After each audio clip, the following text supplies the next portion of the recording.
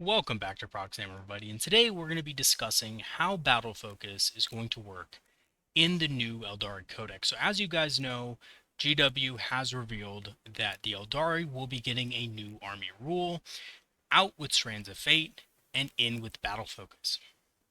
So for those of you who do not know, battle focus has been kind of a recurring Eldar army rule since 6th edition. It was designed by Matt Ward, who was one of the older Codex writers and notoriously one of the most unhinged and, writers of OP rules. Let's just put it that way.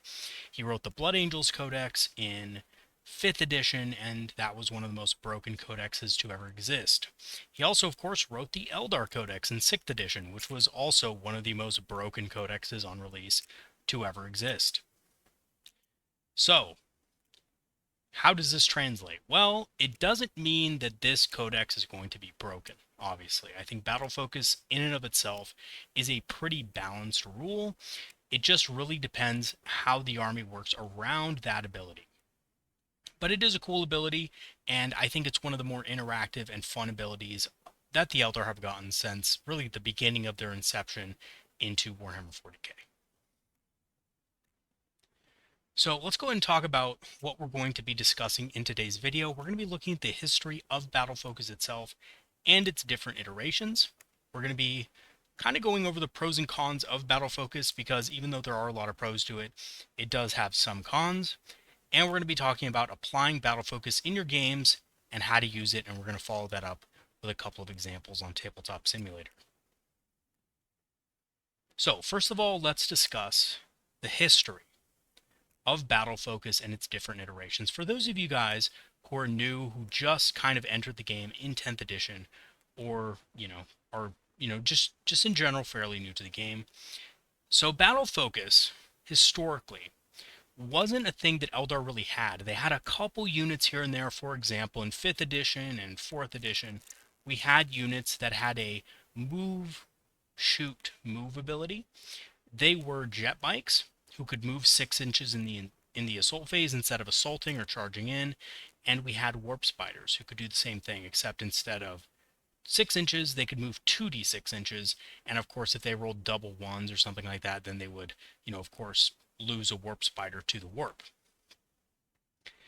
However, Battle Focus proper was introduced in the 6th edition codex written by Matt Ward, and it continued on into 7th edition and was basically an army ride ability that allowed a d6 inch move after shooting, as well as allowing units to shoot after running. So if you guys don't know, during these editions, running was basically an advance move. You rolled an additional d6, you added that to your movement, and it was in the shooting phase and not the, assault phase or whatever. And this was kind of a way for the Eldari to either choose to, move extra and then shoot, or move, shoot, and then move wherever they wanted to afterward. And this, again, this running ability would just be an additional d6 move in the movement phase, I believe, in some editions, and in other editions, it was the shooting phase. Now, battle focus was good, don't get me wrong, but it wasn't the reason the 6th edition codex was broken. The reason why the 6th edition codex was broken is because basically every single unit in the codex had access to a scatter laser. Everything with access to a scatter laser basically gave itself guide for free. So you saw a lot of people taking Wraith Knights with dual heavy Wraith cannons, or a Sun cannon and a Wraith cannon, and a scatter laser. The scatter laser would shoot at something, and then the Wraith Knight would get full rerolls to hit against that target. And that made Eldar one of the most broken and, honestly reliable factions in the game for shooting. The points costs were not very high for the units as well. They basically got, a series of point decreases across several units. However, there were certain units that got a points increase, like fire dragons and so forth.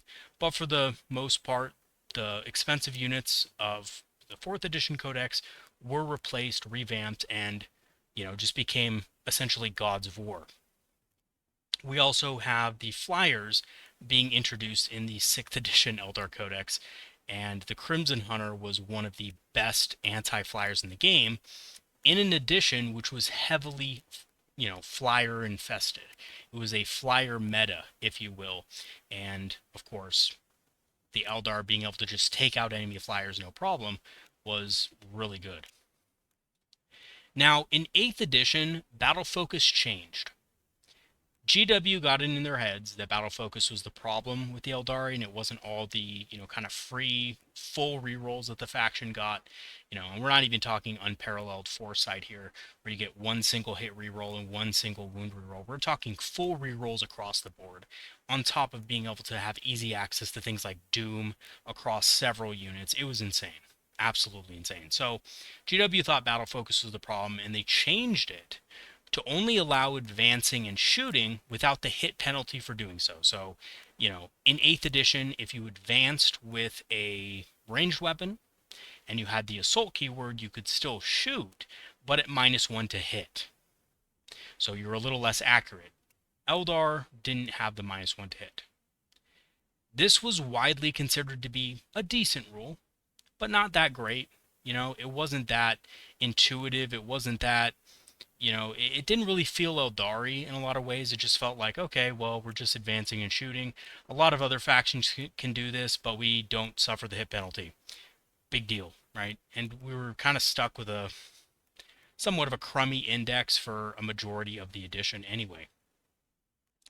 Now, in 9th edition, for the first part of 9th edition, the Eldari index was awful. We had an 8th edition index, and it was probably it was really bad, and the only reason it became a little bit better is because GW supplemented it with a bunch of craft-rolled traits, far-flung craft-rolled traits that you could give your army to give them a little boost. But when the 9th edition Codex came out, they brought back the D6 move after shooting via battle focus. They brought back the good battle focus, but there were penalties for moving through terrain. You had a -3-inch move when moving through terrain, and that really hampered your ability to, kind of move, shoot, and hide again. The ability was pretty good, even so, but it also locked out several units, and the penalty was pretty harsh, like I stated. So vehicles didn't have it. You had to pay an upgrade. Vectored engines was the upgrade, by the way, for you guys wondering, and you had to pay like 20 points for it, and you could only use it once per game. And it was kind of to the point where it was really almost crippling to actually be able to put all these upgrades on your vehicles. So it was tough. Battle Focus was, again, a good ability for a lot of units out there, jet bike units, infantry units, stuff like that. But when you kind of got to the other units in the army, the vehicles, the monsters, it really kind of started to suck. Especially since, again, you have a 3-inch penalty for moving through terrain. So, as we know, in 10th edition, they got rid of Battle Focus. They replaced it with Strands of Fate, which was something that also existed in the 9th edition Codex as well. So the 9th edition Codex actually had 2 army rules.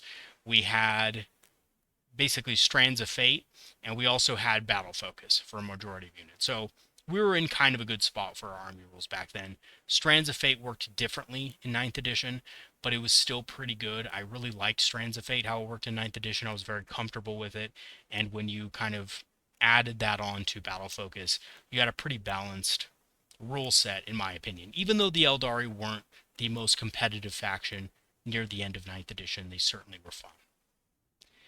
Again, in 10th edition, that was all replaced with this new Strands of Fate, which no one really likes that much. Eldar players do like it because it allows for some reliable rolls in the game, but it's been reduced to 6 dice. You have to invest a lot of points into it. You have to buy a Farseer for your army. That's points. You have to usually invest in Guardians.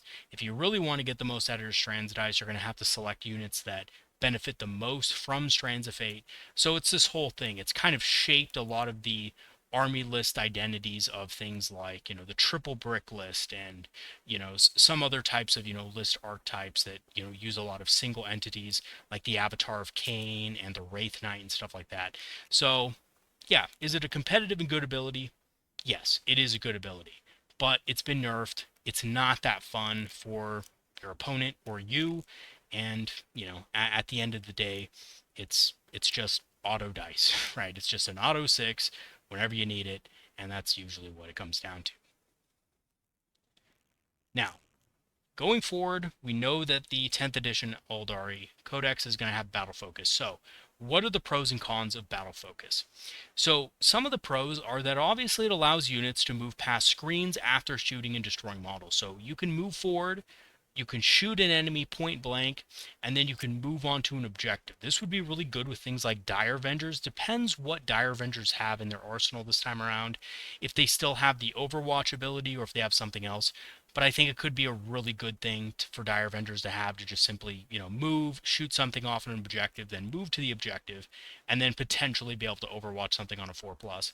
I think that's a pretty good thing, but we just don't know what the Dire Avengers are going to look like. But this is going to be a powerful ability for objective play. It can also be used to move back behind ruins or walls to keep your units safe. Now, I personally think that it's going to be available on all Eldar units besides Wraith Construct, so I think vehicles will have access to it too, seeing as they kind of had a pseudo access to it before, but of course, it was kind of walled behind an upgrade. Seeing as upgrades are free now, I'm certain that it'll just be kind of army wide. So you can use this to kind of move back behind ruins or walls. It's really powerful for peeking out, shooting at something, and then coming back into cover. Now, there are some cons with it. It's a D6, right? So random movement means rolls of a 1 or a 2 can often leave you out in the open. Rolls of a 2 can sometimes be okay if you plan around it, but rolls of a 1 are basically always going to fuck you over because you're going to be out there and you can't move back behind the wall. So that's going to be really, you're going to be in for a bad time, basically. And I think this is okay. I know a lot of people will complain about this, but I think this is fine. Our psychic powers go off on a 2+. There's so many different abilities in the game that go off on a 2+. I think this is just kind of the standard GW thing now, that abilities that kind of make the army work, if you roll a 1, it's a catastrophic failure and it doesn't work. I think this is fine, right? You look at things like Doom Bolt. Doom Bolt, if you roll a 1, it sucks. Vortex of Doom, if you roll a 1, your unit gets hit with mortal wounds instead of the enemy unit, right? You can potentially kill models out of your own unit with that. The Orc ability, the teleport ability, also the same thing, right?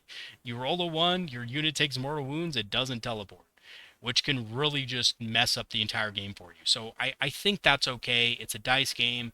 I don't find that big of a deal. Now, where I will find it a big deal is if penalties are applied when moving through terrain. If those penalties do apply, the -3 inches for moving through terrain, I think it's going to be a very niche ability that's not going to be very useful in a lot of situations. It's going to be more useful on things in the backfield that poke out to shoot and then poke back in, or like in the previous example I said, where you kind of move up Dire Avengers, shoot something on an objective out in the open, and then move on to the objective. It's just maybe not the best way for the Eldar to go forward, and it's definitely not very intuitive, I think, if they do give you a penalty to moving through terrain.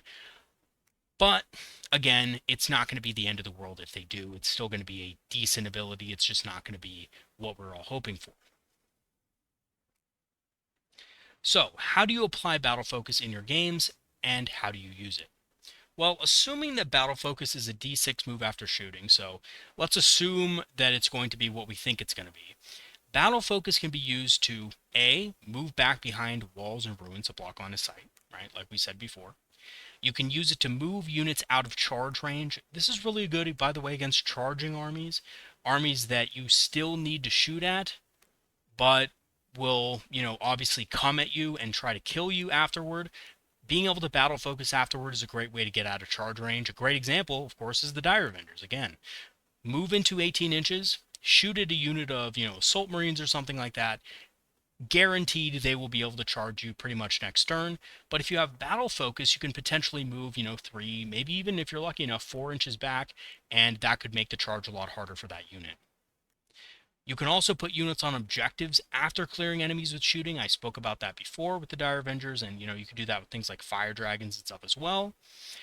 You can also use it to spread out and screen a move block. So if you need line of sight on something and you need to compact your unit first to be able to get the full amount of shots on something, you can do that, and then you can use battle focus to then spread out and screen against an enemy charge or an enemy unit moving through the battlefield.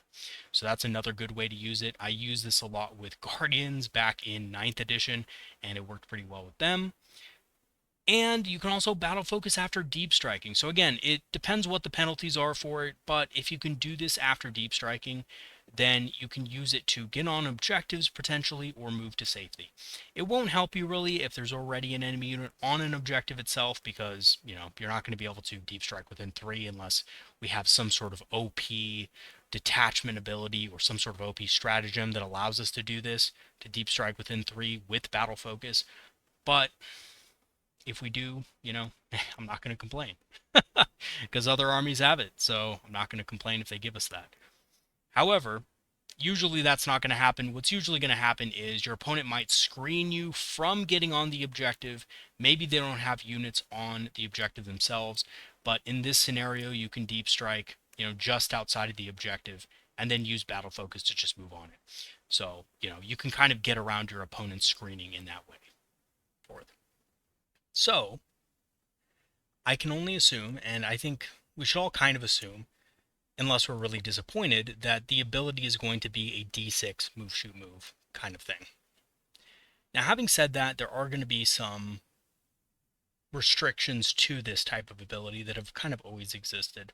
The first one is you can't assault after you use battle focus. So you can't move, shoot, move again, and then assault. That's something that's not going to be in it, and it's an ability that historically has not been favorable of melee-oriented builds and units. And to make up for that, past editions have made melee units stronger. The 9th edition Eldari Codex, for example, was very favorable to melee units. We remember the Howling Banshees who could just sweep through dreadnoughts, stuff like that. I don't know if that's going to return, but that's kind of the trade-off that, a very shooty heavy army got, was that the army ability really only benefits shooting units. So we're going to make combat units kind of better to compensate for that. Now, let's get into it. So battle focus, there's a lot of different ways you can use it. And we're going to assume for most of these interactions that there is no penalty. The reason being is because I believe that 10th edition doesn't really want to be super complicated, right? It's not trying to be an edition where it has a lot of rules bloat or it has really complicated rules and stuff like that. And 9th edition battle focus was complicated. It was a huge set of rules for the units that had it. And there was a bunch of different restrictions and a bunch of different, negative penalties that were applied when moving through certain areas.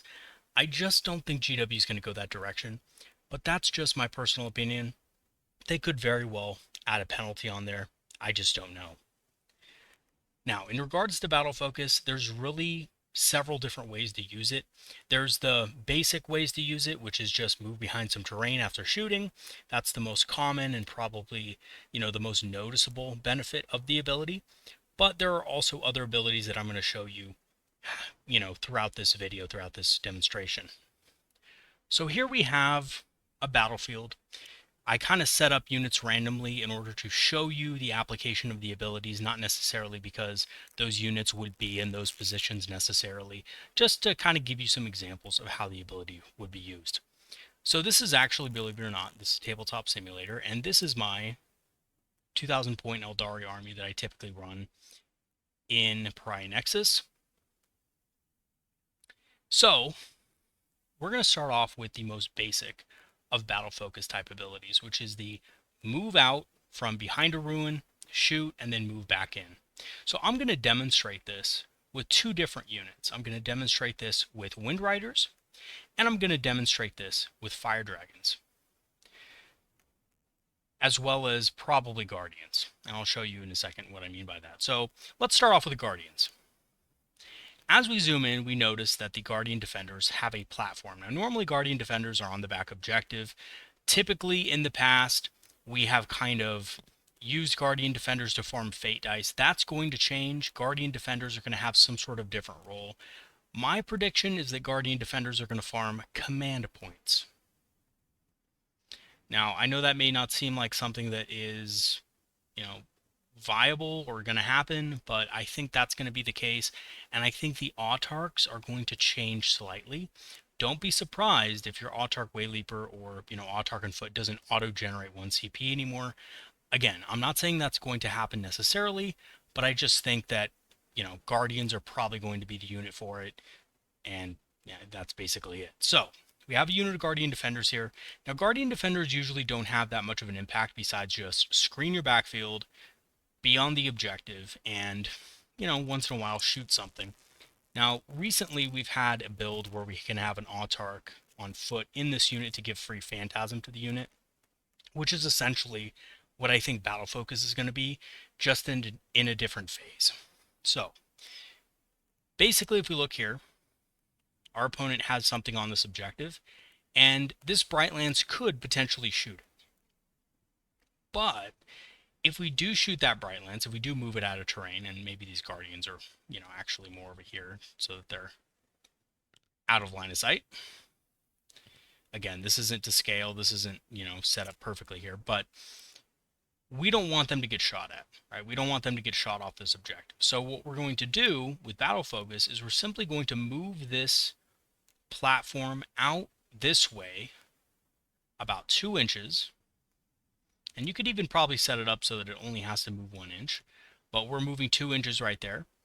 And then we're going to go ahead, because this platform now has line of sight, we're going to go ahead and shoot it at this rhino, right? We're going to do our damage, probably, maybe 4 or 5 damage if we're lucky. And we're going to then use Battle Focus to move at least 1 or 2 inches back here. In this case, it is going to take 2 inches because I placed it 2 inches from the side of the wall here just so it can't get shot at. Anyway, so basically this is going to be the most simple and basic way to use Battle Focus. Moving something out, peeking something out from behind a ruin wall, shooting at something downwind, right? Down the table, and then just scooting back in. This is the safest way to use it, and it's also a really effective way to get some damage out of your Guardian Defenders from the backfield. Now the other way is slightly more risky. It's with a whole unit.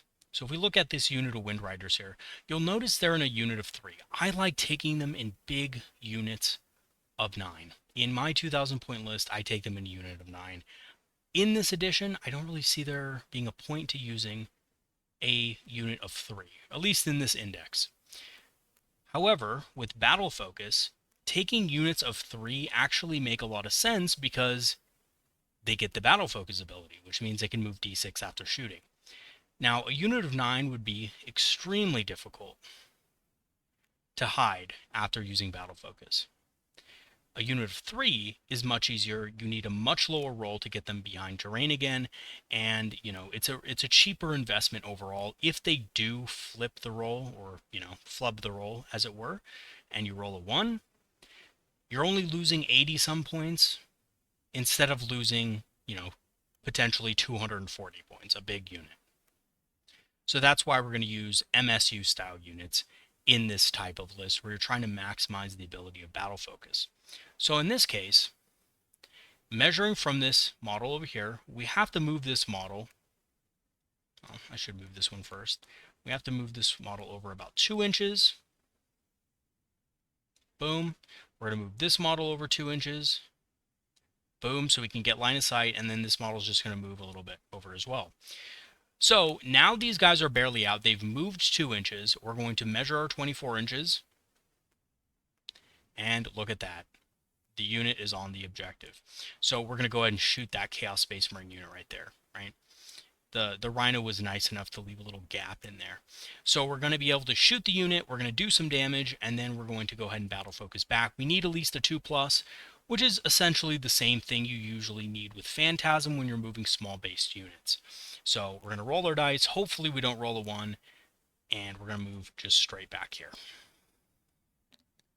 And we're going to hide once more. And that's Battle Focus in a nutshell for small units of Wind Riders.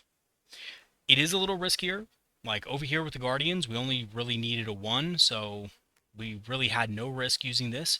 We did have a little bit of risk using this, and you guys will notice that the bigger your units become, the riskier Battle Focus will be.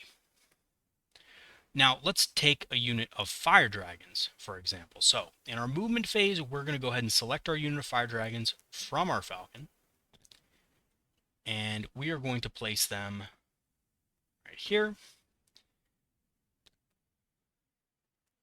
Let's make sure they're, all within 3 when we go ahead and do this. It's always make sure that when you are measuring fire dragons from the falcon's edge, they are the full 3 inches. And as you can see there, it's actually a little too much. So it should be right there. And then we're going to go ahead and just move that slightly back. 0.2. That's fine. It doesn't matter right now, but we're just going to move as far as we can. Exarch can be a little bit behind because, of course, the Exarch has a greater range on the fire pike. So we're just going to plug our models in right there. So we got our 5 fire dragons. Now we're going to move 7 inches additionally. And we're going to end up right about here. Again, I'm using the farthest fire dragon here. That's the farthest up. So we're just going to move our unit. Actually, I probably can just select them and move them 7. It's just an example. We don't have to be super exact here. So we're going to move 7 inches. Boom. All right, so in this position, probably even move this fire dragon right here. Maybe we'll just keep it there, whatever. We have our fire dragons. We'll move our Exarch here, and we're going to go ahead and shoot this rhino. All of them have line of sight, of course. All of them are within 6 inches, so we're definitely going to kill this rhino. That thing is going to die. So, boom, right? See if it explodes, whatever. Now, after this rhino is destroyed, we can actually move into or behind this wall. So it depends what we roll here. If we roll really high and we can get behind this wall here, that's perfect. If not, we're going to just kind of move our unit along this side here so that we cannot be seen by anything over here or over here. We're going to try our best to kind of squeeze in. So we're going to use battle focus in that way. Now there's another thing you can do. Notice there's a wall here. If we wanted to sacrifice a couple of the melta shots, at least being in melta range to be able to kill this rhino, again, it depends how tough this is. We could have lined these fire dragons up along this side of the wall, right? So we roll our battle focus.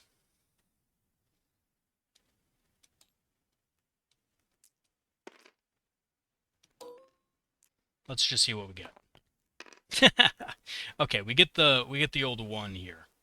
So yeah, the roll of a 1 will pretty much always be terrible. So, in that case, we're not going to be able to do anything. We're not going to be able to move on the other side of the ruin wall. We're not going to be able to get all the way over here.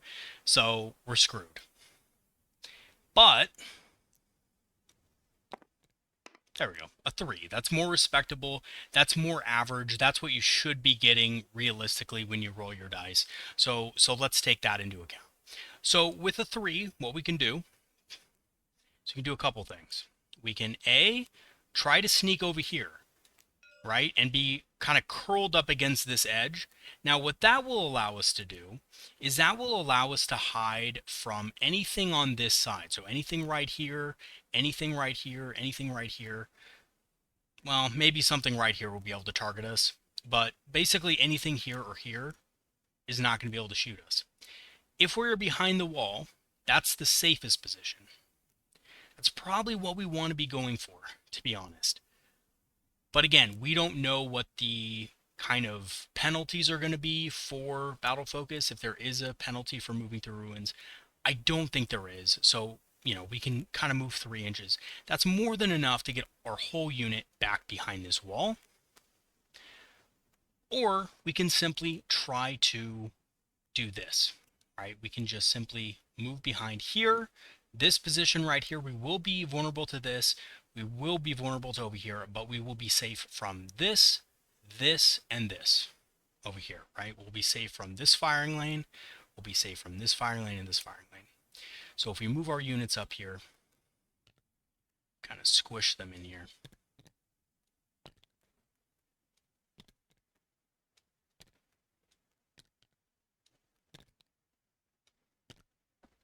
We can be right there.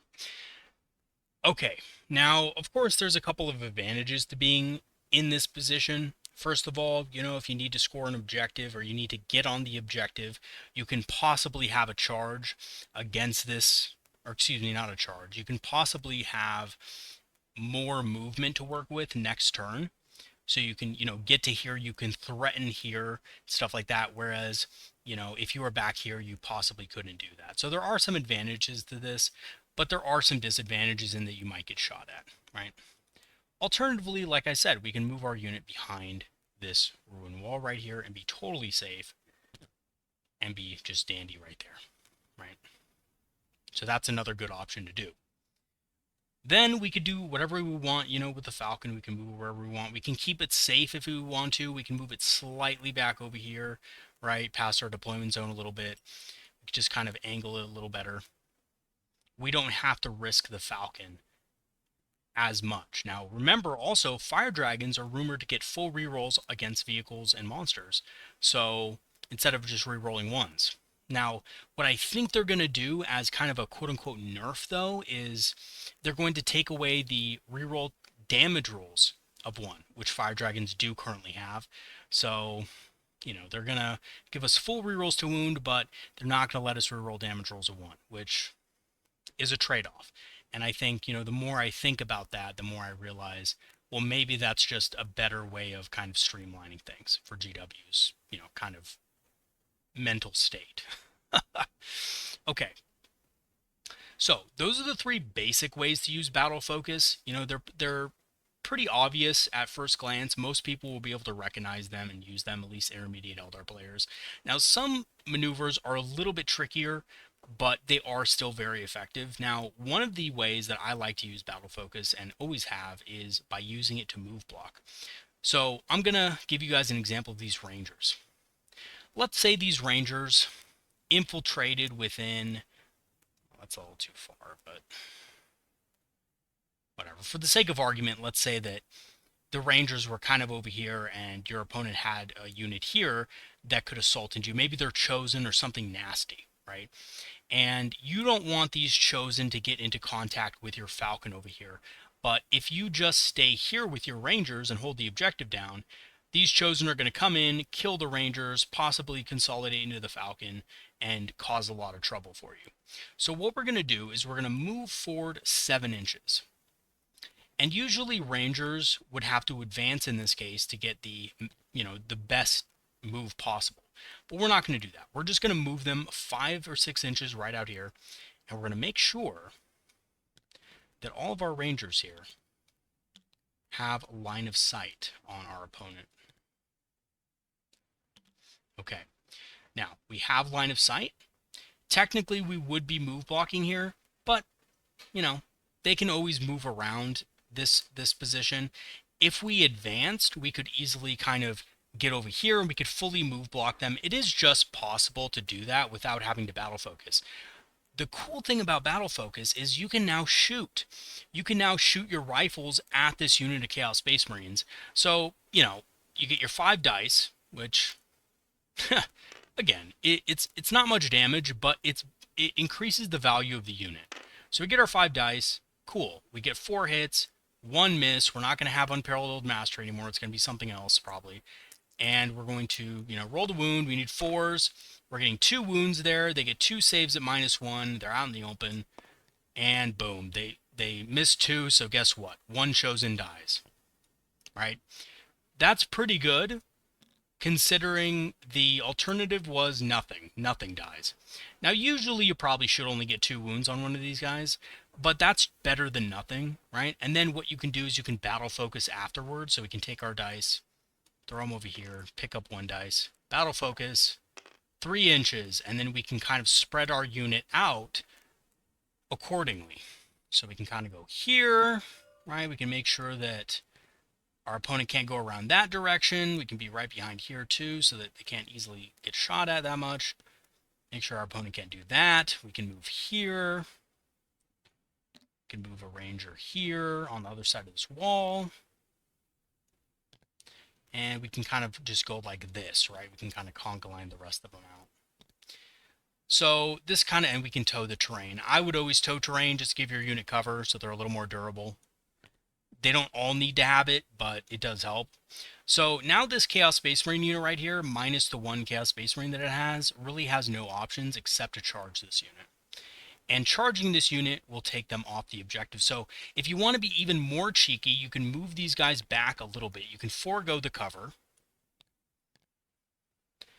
and you can give your opponent almost no options as to what they can do except stay on the objective. So I like doing this in particular because now they can't really consolidate onto this objective that's too far away. See how it's more than 3 inches, so they can't consolidate onto this one from in front of the unit. And they also can't really consolidate back if they wanted to, because now they're over 3 inches, right? And again, you'd have to finagle this a little bit. I know some people are like, oh, you're being too try-hard and too nitpicky, but these kind of movement things matter with the Eldar. So if our opponent now wants to charge in, right, got to make base contact if possible.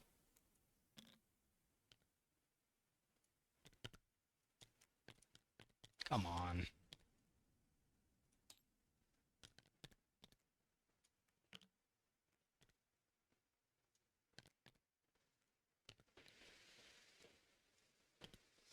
Now if our opponent wants to consolidate back, it's going to be impossible, right? So our opponent's not going to really want to do that. They may be able to get back with that model right there. I would say barely, so yeah, anyway. But you guys get the idea, right? You move back far enough. I'd have to move this model probably back farther. But you move back far enough so that if your opponent does want to charge you, you can be off of the range of getting back to the objective. So that's another way to use battle focus. Now, as we know also, fire dragons, or excuse me, not fire dragons, warp spiders got new models just like the fire dragons, I was going to say, and they're getting their flicker jump still. So we don't know if you can use flicker jump and battle focus in the same turn, but if you can, it's going to be absolutely incredible. So let me give you an example of that. Let's say we have a unit hiding behind here, right? Our unit's over here. Maybe they're on the objective, just kind of camping the objective right here. And we're going to use our warp spiders here. If I can grab onto them. They're hiding behind this wall right now. But we're going to move them forward 24 inches.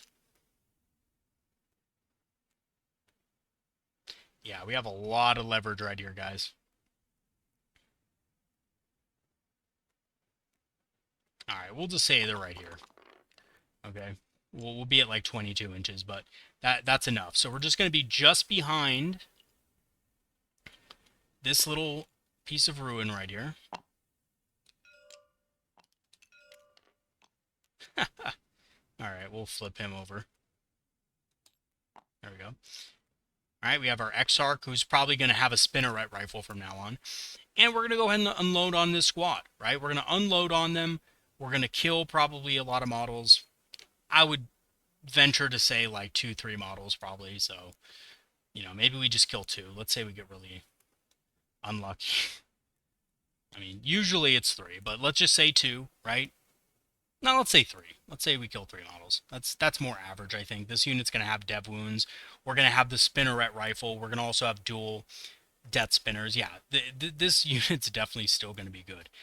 So we're going to do that, and then we're going to battle focus onto the objective and steal the objective away from this unit. So now these guys are OC4, we're OC5, and we're going to go ahead and move on to the objective with battle focus. And we're going to probably need... I mean, I didn't position these guys perfectly for that, so let's do this instead. Whoops. That's Proxy Hammer being an idiot and not thinking. So we're just going to need a 2, right? We're just going to need a 2+ to get our models onto the objective and kind of just tow the objective here and steal it from our opponent. Boom, done deal. Now, if these models want to charge us or move in any way, they're going to get overwatched and blasted with torrent weapons, right? So that's another way that you can use battle focus, is to shoot something, then move on to an objective, cap the objective, and put your opponent in a tough position where this unit is now isolated. They would have to bring in this heavy tank. Like, if they wanted to kill these guys, maybe they'd have to move this over here, right? Which could make them vulnerable. And this is also kind of taking this model out of the battle. This means that it's going to be harder for this model to kind of threaten this lane later on. It can't just move here and threaten anything that's coming through here, so that's a little harder for it to do. Now it's kind of just, it can only really go here. And its line of sight is not great here, right?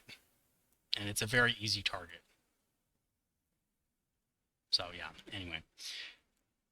So yeah, warp spiders can do that. We can also use battle focus to deep strike and then move 3 inches or whatever afterwards. So like, for example, let's take this unit right here. These cultists, they're guarding the backfield. They probably have most of this covered, right? So that you can't just deep strike and assault in and take the objective. Now, that's obviously going to be true unless you have some sort of, fire and fade ability or something like that. But with battle focus, we can take a unit. Let's just say these are like maybe swooping hawks or something. Let's see. They could be warp spiders too. And we're going to put our warp spiders somewhere outside of 9 inches. Let's just say right here. And we're going to keep our warp spiders out.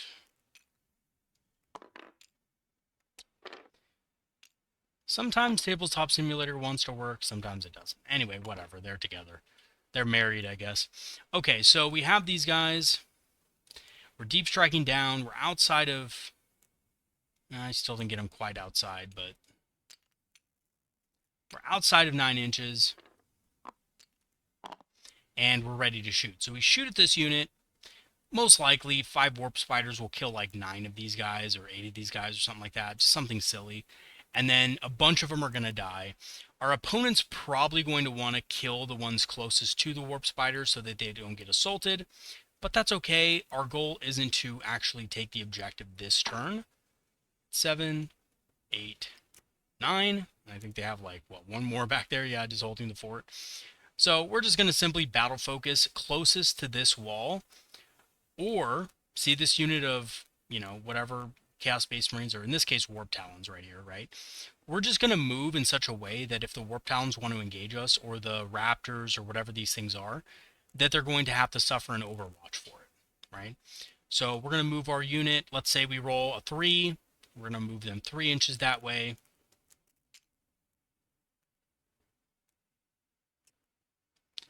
Perfect, right there. There we go. And now the Warp Talons are going to have to, or Raptors are going to have to move to engage these guys.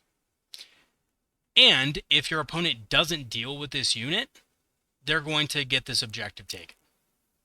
And that's bad news for your opponent because now they have to basically bring a resource that they wanted to use in the fight here back into their backfield, which will waste precious movement and time for, for turns, 2 or 3, whenever you bring this unit in. So that's the other thing you can do with battle focus. You can also use battle focus to create distance between yourself and an opponent. So let's say that we have, I guess this is kind of a good example here. We'll use a unit of Storm Guardians. I like Storm Guardians. Storm Guardians benefit from battle focus as well. So there you go.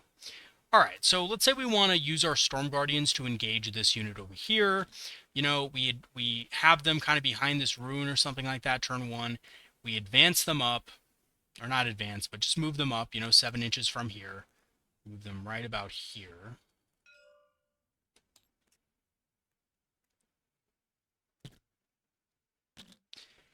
All right, so they're right here. And again, this is not perfect, whatever. You guys get the idea. We're going to have all the, fusion guns and flamers up front. And we're going to shoot at this unit right here. Maybe they're not right behind the wall. Maybe they're like right in this position or something like that. All right, so we're going to shoot them. We're going to do some damage. We don't have the reroll to hit and wound, so maybe we only kill... I would venture 2. But that's just me. I think we'll probably kill 2 with that, with 2 fusion guns, 2 flamers, bunch of pistols, right? So we do that, we kill 2, and then we know that Chaos Space Marines are really good in combat. If Chaos Space Marines get to us, it's still going to be a pretty close match, and Chaos Space Marines are cheaper, right? So we don't want to do that. We don't want to risk that. They probably have a special weapon in there. So we want to get as far away from them as possible now. They have a maximum of a 18-inch charge, right? So 18 inches is back here, but more than likely, we just need distance, right? We just want to get as far away from them as possible so that they don't charge us, or it's not an easy charge for them to make.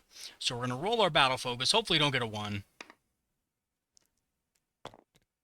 Get a 2. That's terrible still. My battle focuses haven't been that good. But we're going to move back 2 inches.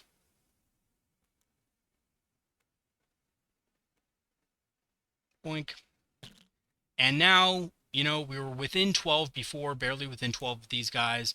We should be now outside of 14 inches, so that's 13. So they're now going to need a, let's see, 6. They'll probably need a 6-inch charge here.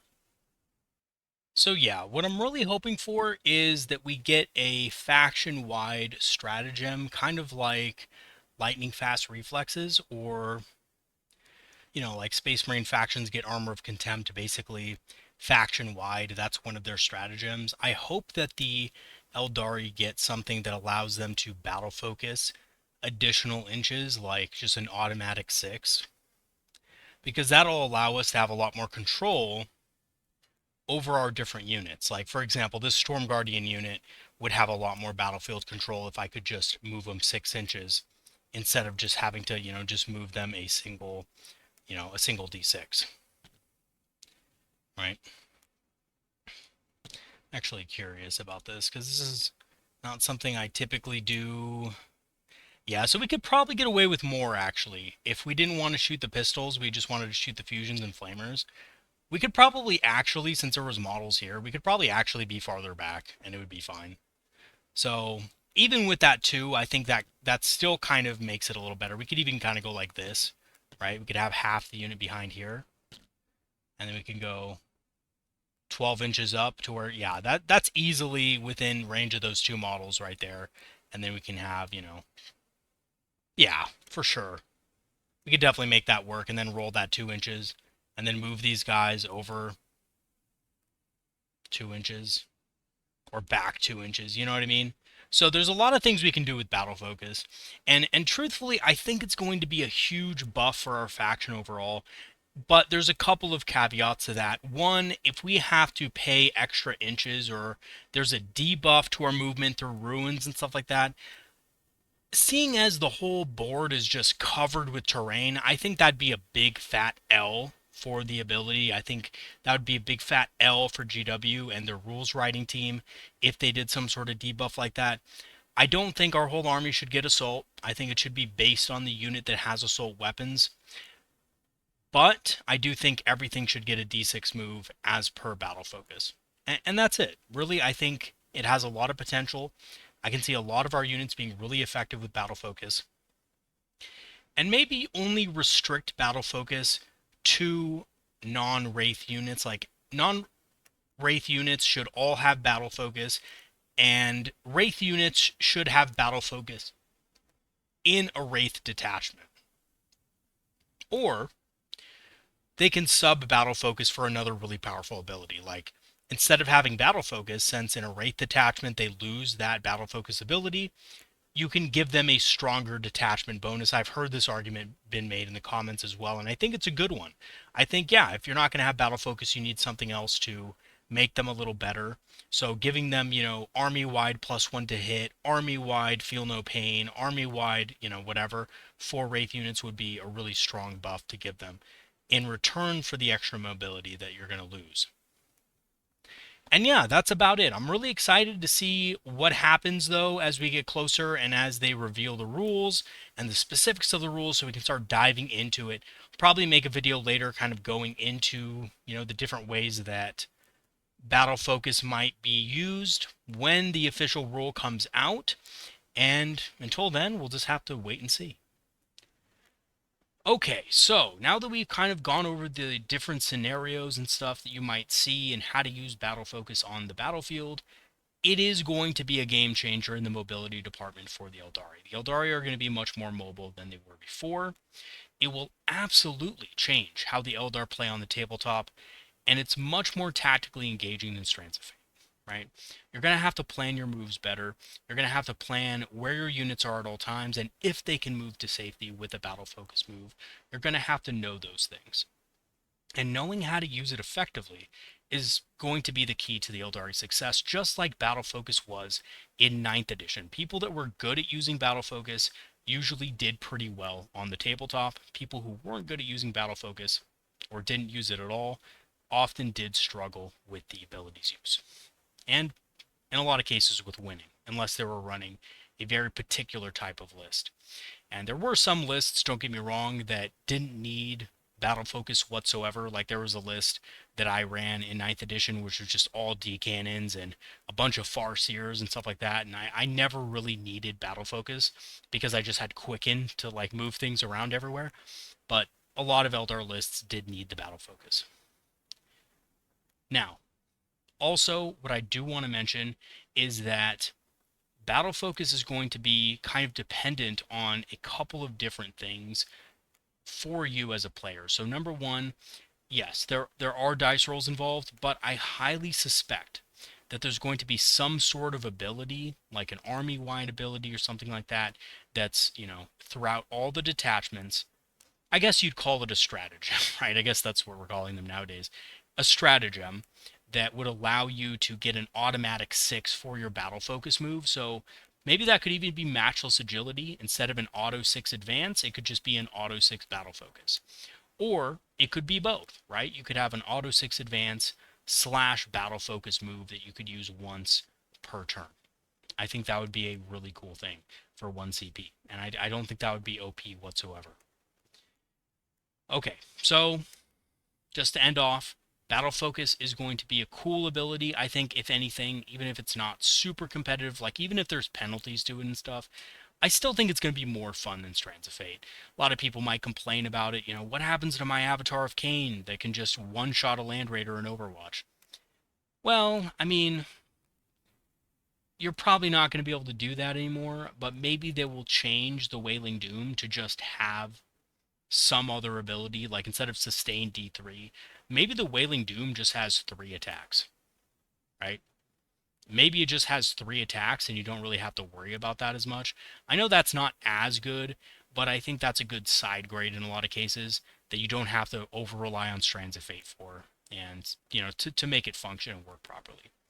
Also, we might see a points decrease on several units that were relying on Strands of Fate before. So things like D cannons, Bright Lances, those high impact attacks that really needed Fate dice to work well throughout the game. We might see these decrease in points and become a lot more points efficient without the use of strands. So I think that's also something to look forward to as well, as we get more insight into what the Codex is going to bring. Alright everybody, that is going to be it for today. Thanks for watching. If you have any other questions on Battle Focus, please let me know in the comments section below. I'd be more than happy to answer your questions. I also have a Patreon, and thank you so much to all my patrons and supporters who have supported the channel over the last couple years. Your help has greatly improved the channel, and I'm really grateful for it.